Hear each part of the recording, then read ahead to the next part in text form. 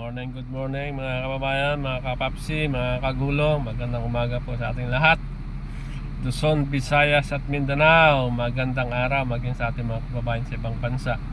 Magandang umaga, magandang tanghali at magandang gabi sa inyo lahat mga kababayan. At nandito naman tayo, kita-kita na naman tayo mga kababayan, paminsan-minsan. At dito na naman tayo sa impeachment trial ng ating Vice Presidente na si Sara Duterte mga kababayan, no? Andun pa rin tayo sa confidential fund. Hindi pa natatapos ang kanilang serye sa confidential fund mga kababayan, no?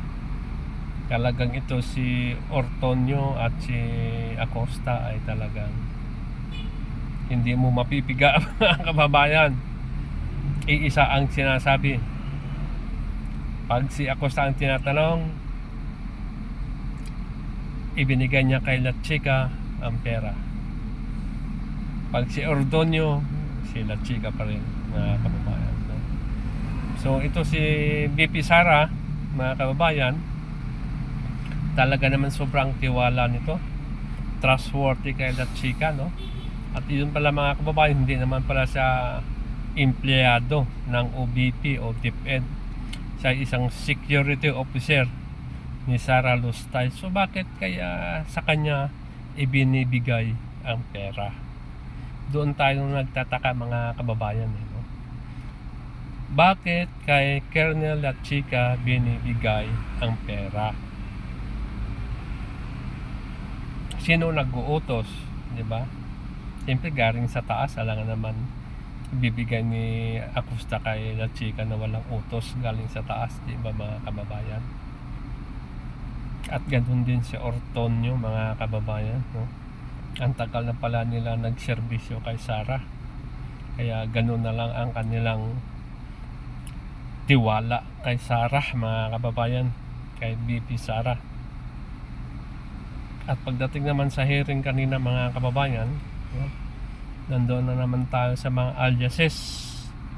Meron na naman tayong pinakamagaling na senador mga kababayan. Alam nyo naman siguro kung sino ang pinakamagaling sa lahat dyan mga kababayan. Isang senador na si Robin Hood Padilla. Out of this world na naman mga kababayan ang kanya mga pinangsasabi. Imbis ang tanungin niya ang witness, ang tinanong niya ang prosecutor. Regarding with the aliases mga kababayan. Alam mo ba si dating Benigno Aquino ay may alias. Ang ating mga ninuno na mga Sina Bonifacio may mga alias. May mga aliases sila. Sabi niya doon sa kay Attorney Divina Gracia. Talagang sobrang yabang talaga ito si Robin Hood Padilla mga kababayan.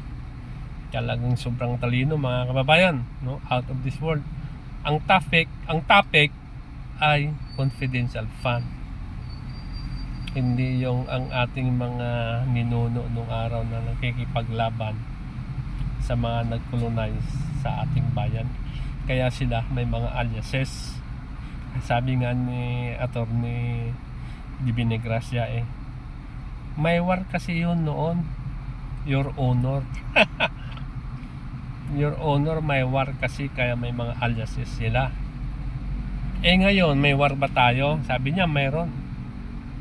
Ano klaseng war? Sa NPA? War ba yun? Sabi nga ni Kwan hindi po siya war, kundi national conflict lang sa ating bayan ito mga CPP, MPA. Pero ang tanong, yan ba sa inyo mga kababayan, ang mga aliases ba na ginawa nila ay kaparehas dito sa mga confidential fund ni Sara Lustay mga kababayan? Kasi ang confidential fund, yung pinagbigyan nila ay aliases. So, ano ang connection doon sa ating mga katulad din na Bonifacio, katulad din na Aquino? may mga aliases sila mga kababayan. Siyempre dahil sa war nung araw sa Espanyol at sa mga Amerikano, may mga aliases sila to protect their names. Ito naman ang confidential fund ni Sara Lustay. Ang layo mga kababayan. So bakit inihintulad mo ang mga ating mga magigiting na hero sa confidential fund ni Sara Lustay na kailangan nila ng alias? Bakit? Sabi nga ni attorney may Binagrasya, pwede sila mag-alias pero may close parenthesis na ang kanilang tunay na pangalan. O di ba tama naman mga kababayan, no? Dapat naka-indicate ang kanilang tunay pangalan with the aliases, katulad ko. Ang pangalan, for example, pangalan ko si Juan de la Cruz. Hindi may alias akong Bong. Hindi ibig sabihin, yung alias ko is Bong. Kahit tayo lahat mga kababayan, may mga alias tayo, di ba? Sa pangalan natin, yung palayaw natin, aliases natin. Pero nakasunod ang ating mga pangalan, di ba? Kung magpirma ka o gumawa ka ng biodata mo o vital CCV mo, nakalagay doon yung alias mo. Di ba? Nakalagay. Ito si Robin Hood Padilla talaga mga kababayan, out of this world naman talaga ang kanyang mga tinatanong. Imbis na gisahin niya ang witness na si Ortonio o si Acosta, ang kanyang tinatanong yung abogado ng prosecution. Ano ka ba? Talagang halata na talaga kayo, Senator Judge Robin Hood Padilla, Amy Marcos, parehas na lang kayong dalawa. Ikaw nililihis mo rin, misleading ka rin na hindi si Sara Lustay ang gumastos ng pera, hindi siya dapat ang managot kasi wala naman siya. Ang may hawak ng pera si Acosta at si Ortonio at si Checa. Sino ba ang commanding officer nila? Di ba si VP Sara? Pupunta ba yan sa bangko si Checa na magwi-withdraw ng pera kung hindi niya utos? Senator Amy Marcos? Ginagawa niyong walang alam ang mga Pilipino. Tinatakpan nyo kasi ang mali. Ayaw nyo kasi ng katotohanan.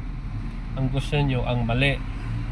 Kaya kayo mga kababayan, mag-isip-isip na po tayo sa susunod na eleksyon. Huwag na po natin butuhin itong mga ganitong senador na wala nang ginagawa kundi pinoproteksyonan lang ang isang tao. Dapat kung senator judge ka, fair ka wala kang pinapadgan.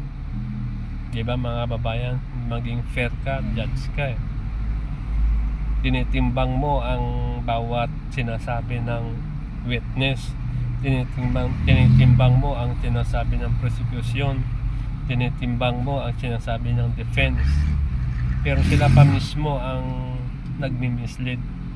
Itong mga senator judge na to na si Robin Hood Padilla at si Amy Marcos mga kababayan at iba pang mga senador na mga kababayan. Kaya ano sa tingin nyo mga kababayan, dito nakikita natin talagang sa akin lang in my opinion pa mga kababayan, talagang to si Sara Lustay guilty mga kababayan, lalo na siguro kung mabuksan na, malapit-lapit na ang tax, BIR tax nila mga kababayan, no? Naging circus na nga ang ating ang ating impeachment kasi dahil sa kanila mga aliases, may pagong, may belat, may ngit-ngit, may pusa, piatos, kung ano-ano na lang mga pangalan. Ang daming lumalabas na mga pangalan mga kababayan. Kaya mapapahay na lang tayo mga kababayan sa ganawa nila sa bayan natin. Kaya tayo mga mamamayan, sana magbago na tayo, magpili na tayo sa mga senador natin, sa mga politiko na tamang naglilingkod sa bayan natin, mga kababayan. O siya, sige, dito na lang tayo mga kababayan. Habang tayo po usap-usap, maraming salamat po muli sa inyong panonood. Please like and share mga kababayan, at please comment down below sa ating maliit na vlog. Maraming salamat po sa inyong time, sa inyong panonood. God bless us all.